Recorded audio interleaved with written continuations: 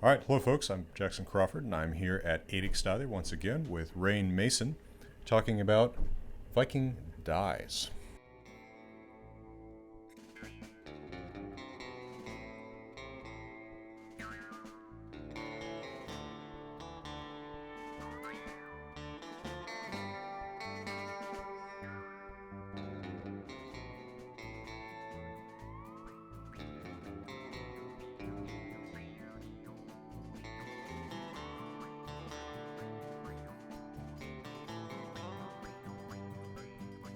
So tell us a little bit about the work that you've been doing with this and what we're looking at behind us here.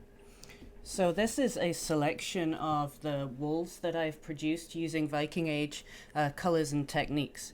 So up at Eiríksstaðir, I use the actual tools that they would have been using for their dye stuff, as well as the plants. Most of them are available in Iceland, but then some, like the blue, that would be coming from indigo and woad, so that would have to be imported.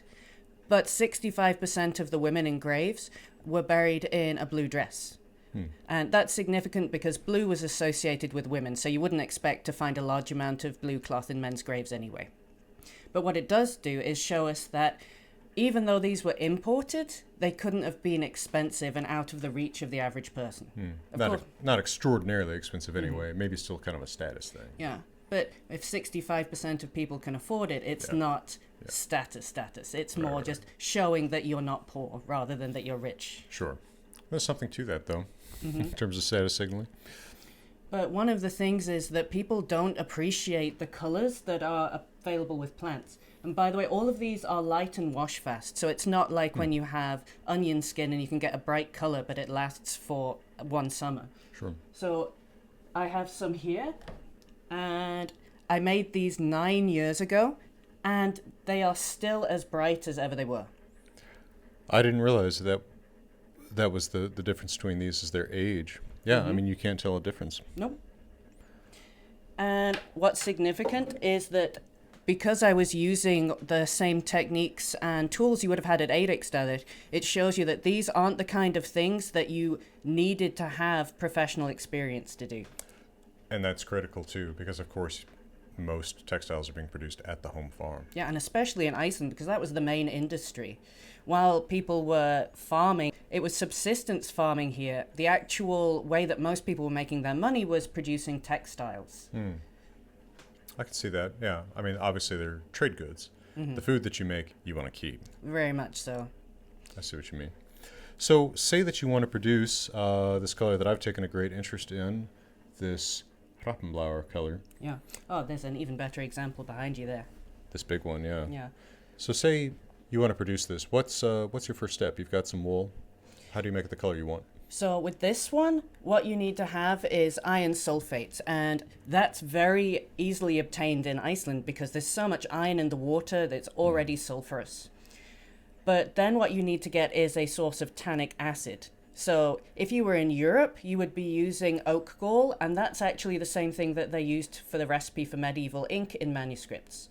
Out here, you'd be using a berry called sorteling or bearberry, and it's naturally very high in that tannic acid. And it's actually the reason why the modern national costume of Iceland is black fabric, because it was something that could be easily obtained in Iceland, but was expensive in other countries. So it was a status symbol.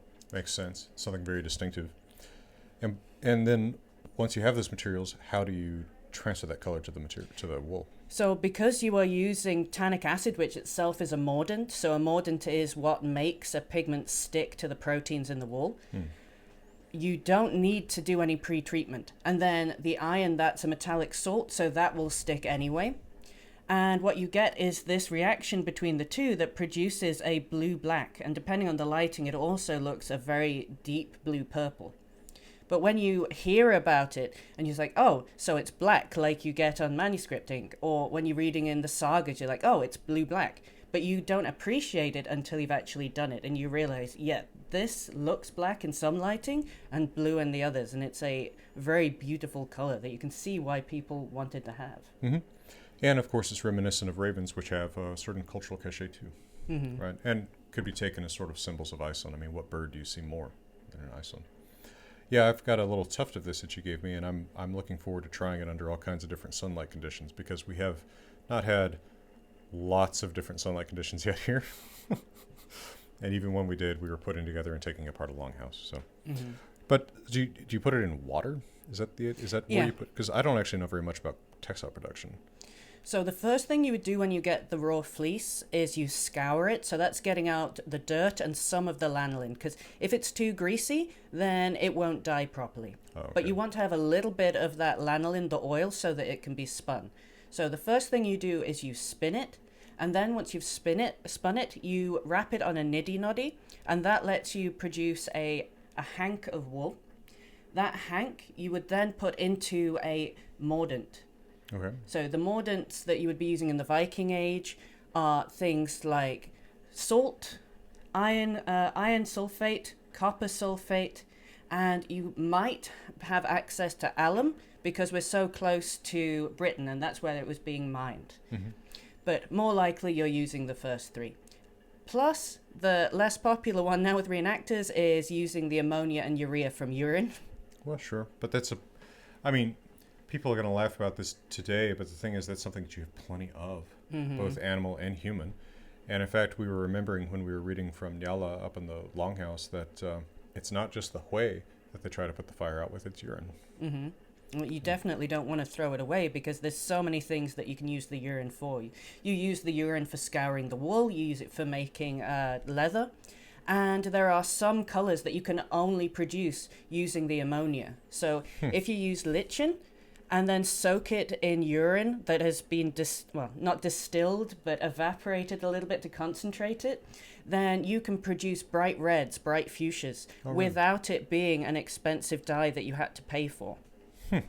So are some of these reds here, like this red? So I haven't used them yet, and that's because we are currently doing experiments in how we can speed up that process. Okay. So we are using heat and distillation equipment, and there are some people that have tried it before and gotten it down from about 3 months to 72 hours. Wow. But the colors you would be producing are fuchsia purples and bright reds. Okay. And that's just a moss that you find everywhere. Sure. And as far as these colors go, are there any you'd like to particularly highlight for something curious about the way they're produced or just something that you like? So the one that I always bring people to in terms of chemistry is the indigo. And that's because indigo and the woad, because it's the same pigment, it's indigo in, it does not bind unless it's deoxygenated. So what people had to do was they would put plant matter, like just dried hay, into a vat to allow it to ferment. So then the bacteria uses up all of the oxygen and that deoxygenates the dye bath and you can get it to stick to the wool. As soon as you pull it out, it's oxygenated and it's permanent. It's the same blue that you use on blue denim today. Oh, okay. But what's not appreciated is this was women's work.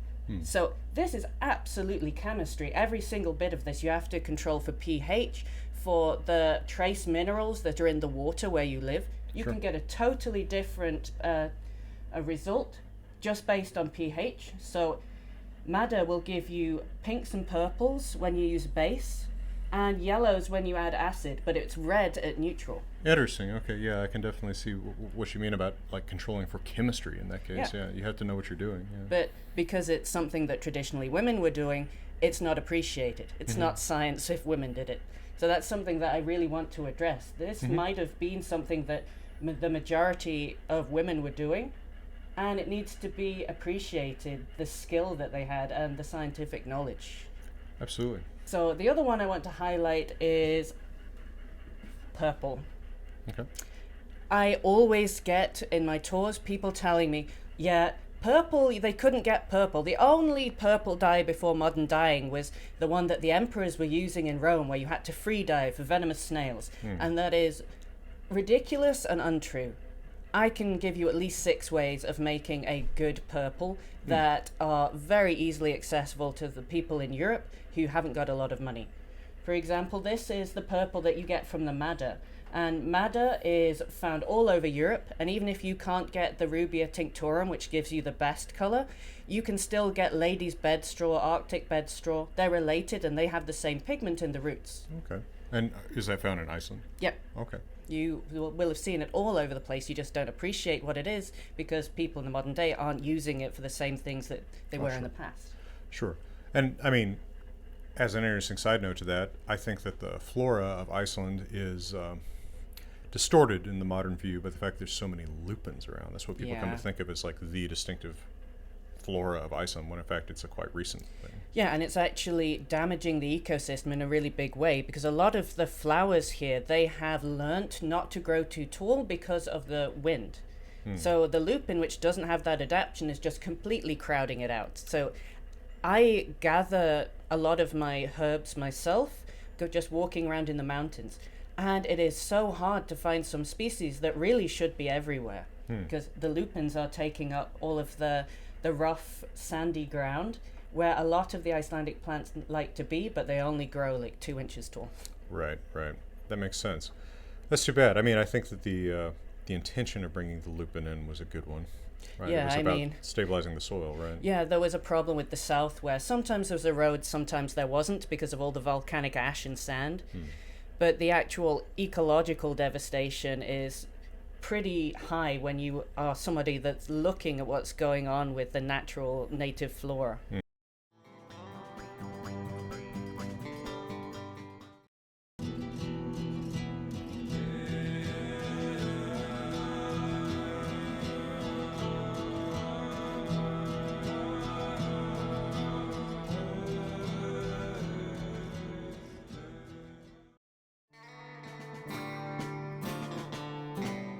Cool. Tell me what we're looking at with these beads. So this is what I theorize women's necklaces would have looked like.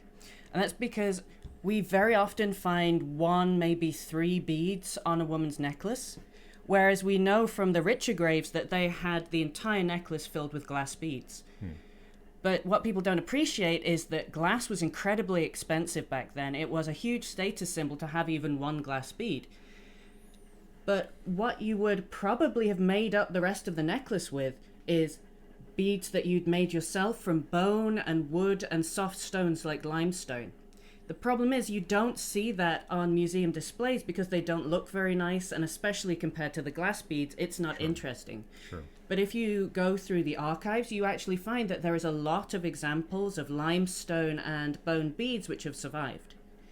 But then the ones that are coloured are the ones coloured with copper sulfate, and that prevents bacterial growth, so you don't get the same decay that you would expect with a plain bone bead. But it tells me that they were dyeing the beads. But the reds, the blacks, the blues, that is on the surface, and it's a bead that isn't protected from that degradation, so that coloured surface disappears. But we know that the Romans and people before the Vikings were colouring their bone, and we know that in the medieval period they were doing it. So it's just a matter of what's been found and soil conditions. I would be very surprised if they weren't dyeing the bone beads. And are they dipping them in? Like, how exactly do you dye it? So you just immerse it in the same dye bath that you do with the wool, although you don't need to use a mordant this time. It just sticks to the bone. And it's because the bone is made with